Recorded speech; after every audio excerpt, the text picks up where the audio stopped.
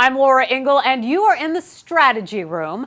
You know, earlier this summer, Scott Walker was leading Republican polls in the key early state of Iowa, but now times they are a-changing. The latest Qunnipiac University poll puts real estate mogul Donald Trump in first at 27%, but Walker has fallen down to the bottom, just 3%. So what has happened to the Wisconsin governor's campaign? Here to weigh in are Professor Jeannie Zaino and TJ McCormack, former media specialist for Astorino for governor. Welcome to you both. Hi. Thank you. Okay, so here we are looking at the numbers once again. Scott Walker, I mean, does it feel like his campaign is in a free fall? What do you think? Or is he going to come back like a roller coaster? Well, people wonder what happened to Scott Walker.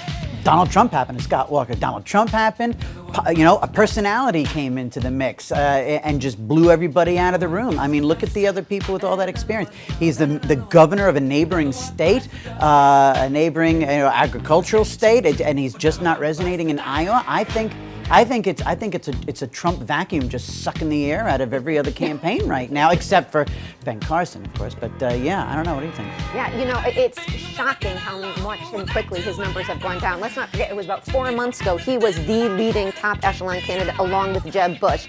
And I think what's happened here is a bigger story about the fact that establishment candidates are not resonating with voters. And Iowa is a must-win state for somebody like Scott Walker. It has a perfect demographic situation there for him. He's the neighboring governor, as TJ mentioned. He was leading in the polls for so long, and he has just plummeted. In fact, when we were just talking earlier, somebody said, yeah, where is he? Scott, who? He's been all but absent from this. Right. So, I think this is a larger story about what's happening both on the left and the right, where if you are in the establishment, if you hold a governing position of any kind, it is very hard to resonate with voters at this point. And I'm sorry. One of the things that I read in the paper was that some are calling this a cruel turn of events. It's been such a dramatic shift. Yeah, well, and I think in some cases too, this shows a lot of the intellectual honesty of the general GOP, the crew out there, in the sense that there have been some real tangible missteps by this guy. He's made some non-committal answers. His staff has constantly been on the defensive, having to go back and try to clarify statements he's made, and some of the teeth have been taken out of some of his positions. Here's a guy who took on the unions and squashed them, and now he's been sort of non-committal in his answers, a little wishy-washy, and that's not his brand. He's gotten out of his lane, I think, and that's resonated with the potential voters in Iowa. Gotten out of his lane. Yeah, somebody said that he's done 3 sides of every 2-sided issue. And that's not his brand. Yeah.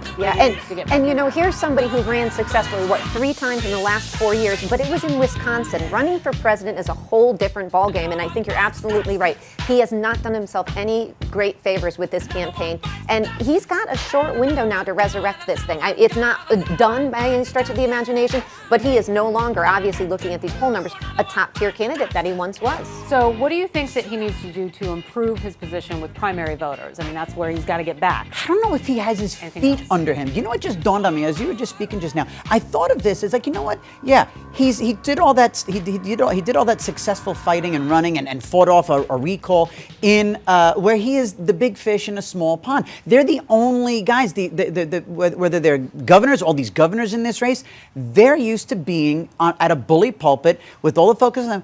I think this is like getting into the ring with a verbal Mike Tyson. I mean, seriously, it's like you have your game plan. You walk in there, and Mike throws his first shot at you. You are seeing stars. You can't regain. I don't know if these guys even have their feet under them, and I think Scott Walker is included in that. I don't know if he even knows where he is right now. Jeannie, we'll give you the last word. If you could have 20 minutes with him in a room and say, pull it together or give him an idea, what would you tell him to do for this campaign to get back in the race? You need to organize on the ground in Iowa. There's a potential to win a caucus if you are well organized and are good with retail politics. It's going to be an uphill battle, but he could do that given where he is geographically and politically. So that's what I would say, concentrate on. If you could even do better than expected in Iowa, say 3rd or 2nd, that's going to at least move him to New Hampshire. But at this point, I think that's his best bet. We were talking about rock and roll off camera.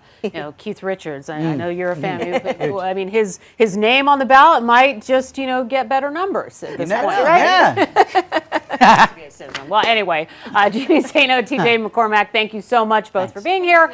And we want you to check out foxnews.com for more on the 2016 presidential race. As always, we'll see you back here on the web. I'm Laura Ingle. Thanks for watching.